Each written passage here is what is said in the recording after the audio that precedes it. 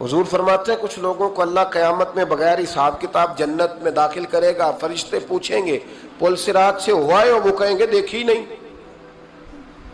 میزان عمل تلوائے؟ وہ کہیں گے دیکھا ہی نہیں۔ کیسے آ گئے؟ تو کہیں گے خدا کے فضل سے آ گئے۔ فرشتے پوچھیں گے تمہارا عمل کیا تھا؟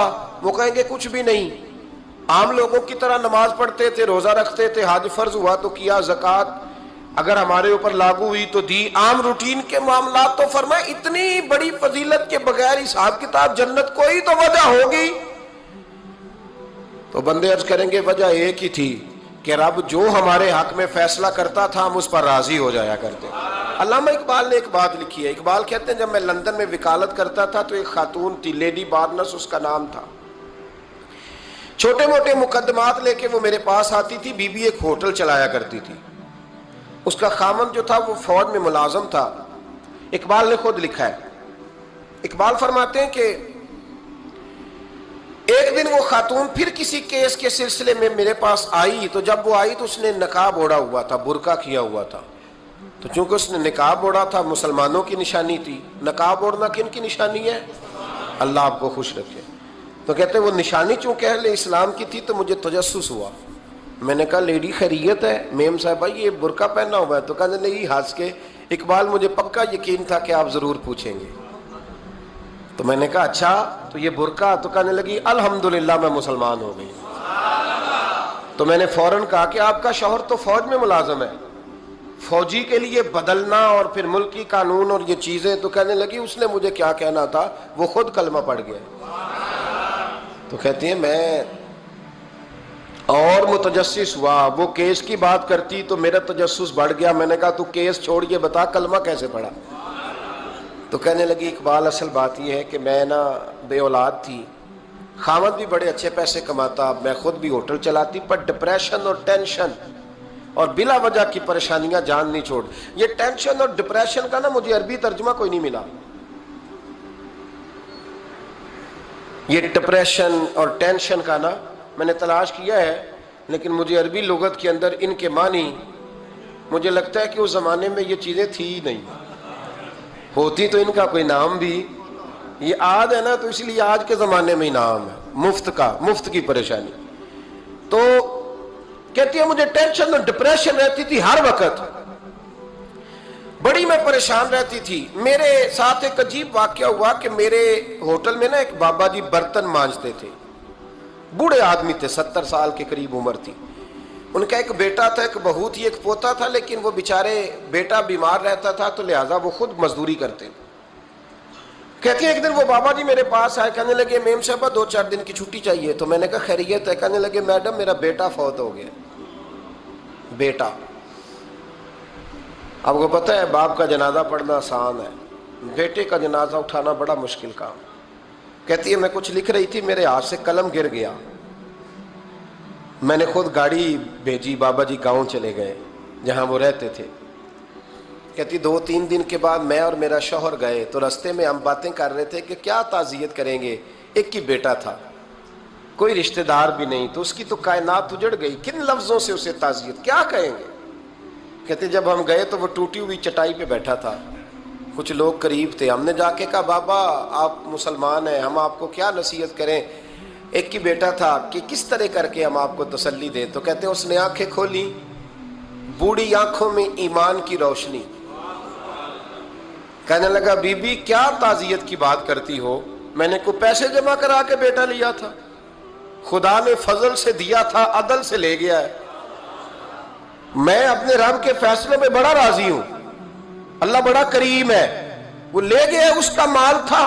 آپ یقین کریں ہمارے دیہاتی لوگ یہ کہا کرتے تھے، میں نے کانوں سے سنا ہے، ایک بوڑھے آدمی کا ایک دفعہ بیٹا فوت ہو گیا تو کسی نے اس سے کہا بابا چھوٹی عمر میں بچہ چلا گیا، تو مجھے لفظ نہیں بھولتے، کہنے لگے پتر اللہ دی فصل ہے، کچی وڈے تاوی ہو دی ہے۔ سنے آپ نے بھی کبھی یہ فکرہ، کچی وڈے تے پکی لے گئے تے تاوی ہے جو ہو دی، تو جب اس کا جی چاہا وہ لے گیا۔ اللہ اکبر۔ وہ خاتون کہتی ہے کہ وہ بابا جی سے میں نے کہا کہ چلو آپ 1 مہینے کی چھٹی کر لے، تو کہنے لگا نہیں میڈم میں مسلمان ہوں، مفت کی روٹی نہیں کھاتا، مزدوری کر کے کھاتا ہوں، میں انشاءاللہ 2-3 دن کے بعد کام پہ آ جاؤں گا۔ کہتے ہیں وہ چند دنوں کے بعد آ گیا، اللہ کی قدرت کے ابھی 2-3 ماہ گزرے تھے، پھر آیا، میڈم چھٹی چاہیے کچھ دنوں کی۔ میں نے کہا خیریت ہے؟ کہنے لگے وہ میری بہو بھی ہارٹ اٹیک سے فوت ہو گئی۔ کہتے اب میں بھی تڑپ گئی اور عیسائی ہو کہ میری آنکھوں میں آنسو آ گئے۔ میں نے کہا گھر کا دروازہ بند ہو گیا، اب یہ بیچارہ کیا کرے گا؟ وہ اپنے شوہر کے غم میں ہارٹ اٹیک سے فوت ہو گئی۔ کہتے ہم پھر 2-3 دن کے بعد تعزیت کے لیے گئے، پھر ٹوٹی ہوئی چٹائی، بوڑھا نہ اپنی انگلیوں سے زمین پر کچھ بنا رہا۔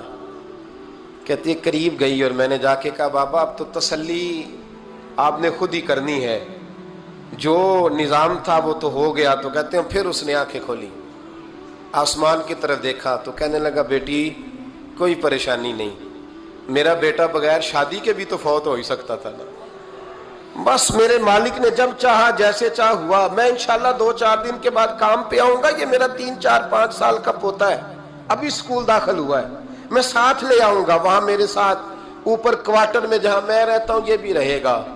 کہتی ہے میں سختے میں آ گئی اس کی کیفیت دیکھ کے، وہ پوتے کو ساتھ لے آیا۔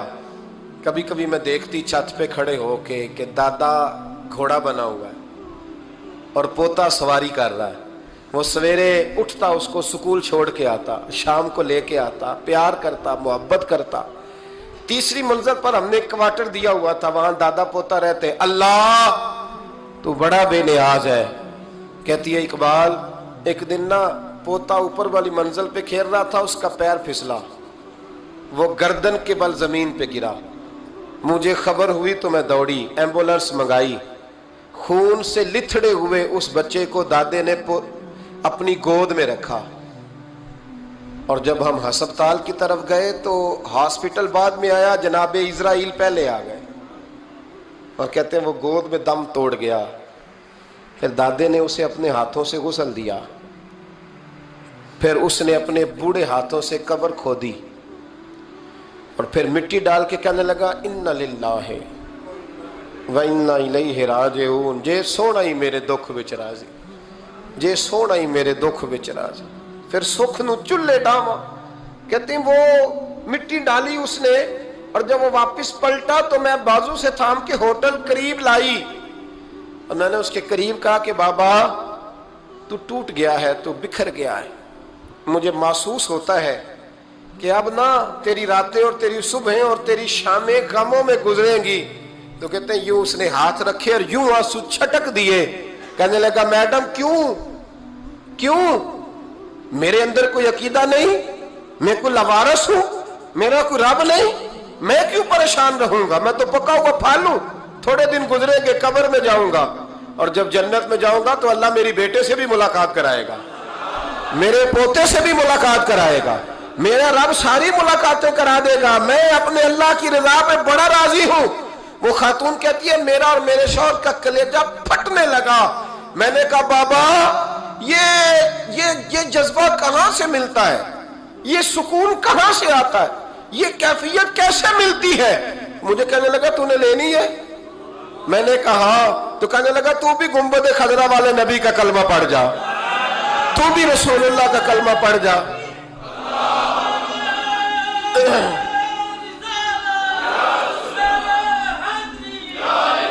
میرے محبوب کا کلمہ پڑھ، اللہ تجھے سکون عطا کرے۔ ایک حدیث نہ پڑھ لوں مسلم شریف سے، بخاری سے ایک حدیث نہ پڑھ لوں تاکہ یہ بات مضبوط ہو جائے۔ حضرت ابو طلحہ رضی اللہ تعالی، بیٹا شدید بیمار ہے، مزدور آدمی تھے، کئی دنوں سے گھر تھے،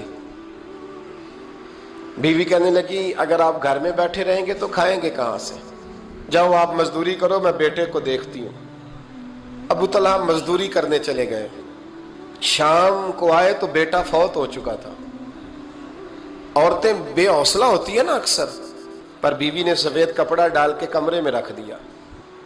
بیٹا، ماں اور بیٹا کو ناپ تک ہے رشتہ، بیٹے میں سفید چادر ڈال کے کمرے میں رکھ دیا۔ حضرت ابو طلحہ انصاری آئے، بیٹے کا کیا حال ہے؟ کہنے لگی اللہ کی رحمت میں ہے۔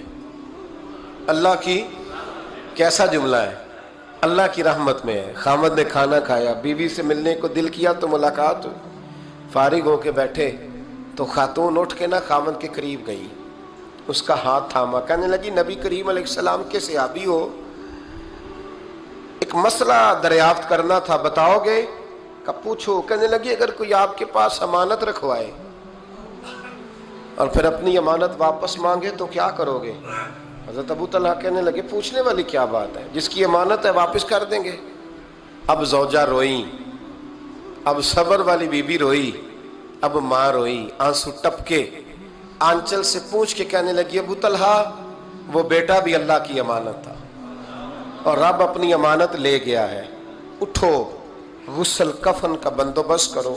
حضرت ابو طلحہ اٹھے، ہامتے کامتے ہاتھوں سے غسل کفن دیا، مسجد نبوی میں پہنچے، محبوب کی بارگاہ میں عرض کیا تو رسول کریم فرمانے لگے تیرے اور تیری بیوی کے عمل سے اللہ بھی بڑا راضی ہے، اللہ کے رسول بھی بڑے راضی ہیں اور اللہ تجھے برکت عطا کرے گا۔ صحابہ کہتے ہیں پھر اللہ نے انہیں 9 بیٹے عطا فرمائے، پھر اللہ نے انہیں اللہ کی رضا پہ راضی رہنا سیکھو، اللہ کے قریب چلے جاؤ گے اللہ کی رضا پہ۔ حضرت سفیان ثوری دعا مانگ رہے تھے، یا اللہ راضی ہو جا، یا اللہ راضی ہو جا، یا اللہ راضی ہو جا، دعا مانگ رہے تھے۔ بی بی رابعہ بصری پردے کے پیچھے بیٹھی تھی، جب دعا لمبی ہو گئی تو کہنے لگی سفیان بس کر، کوئی اگلا لفظ بھی بول، بس کر۔ آپ فرمانے لگے تجھے کیا ہوا؟ تو کہنے لگی تو کب سے کہہ رہا یا اللہ راضی ہو جا، یا اللہ راضی ہو جا، پہلے اپنے دل پہ ہاتھ رکھ کے بتا تو اللہ سے راضی ہے؟ تو راضی ہے اللہ سے؟ تو روز نہیں کہتا پیسے نہیں ہے میرے پاس مجھے دے، تو روز نہیں کہتا یا اللہ فلانی چیز کوئی نہیں دے، اے اللہ فلاں کو دے دیا مجھے کیوں نہیں دیتا معاذ اللہ، تو روز شکوے نہیں کرتا؟ فرمایا پہلے تو راضی ہو جا۔